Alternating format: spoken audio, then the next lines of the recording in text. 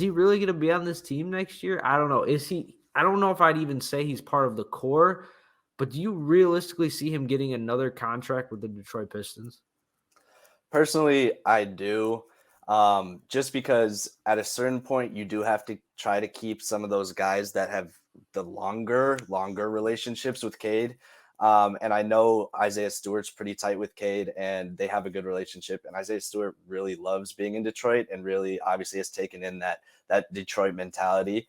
And because of that, I think Troy Weaver's going to make an emphasis on keeping him around. That being said, he's going to have to probably take a little bit less money than he would maybe make somewhere else. I don't know what his market's going to be. Like you said, he was playing a little bit better in the middle of the season. His shots have started to kind of go down a little bit. But we'll see what his market value is. I think ultimately, if we can get him on a decent deal that Troy thinks will, be affordable long-term and maybe even flippable down the road, I think he's going to do that.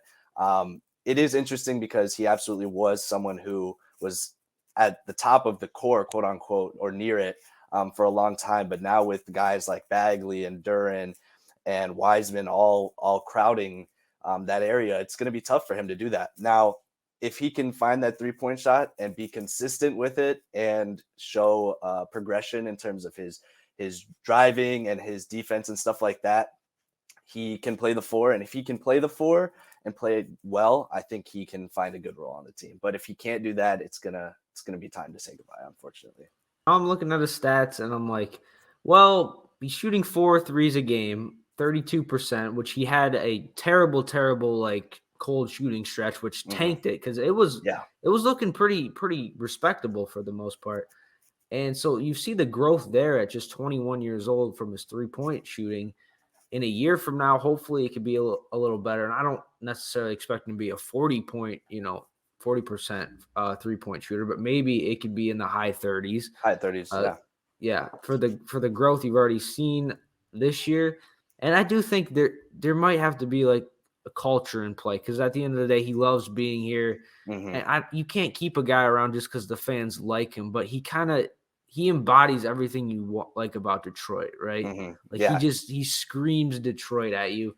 And I guess it's really just going to come down to how much is the contract going to be.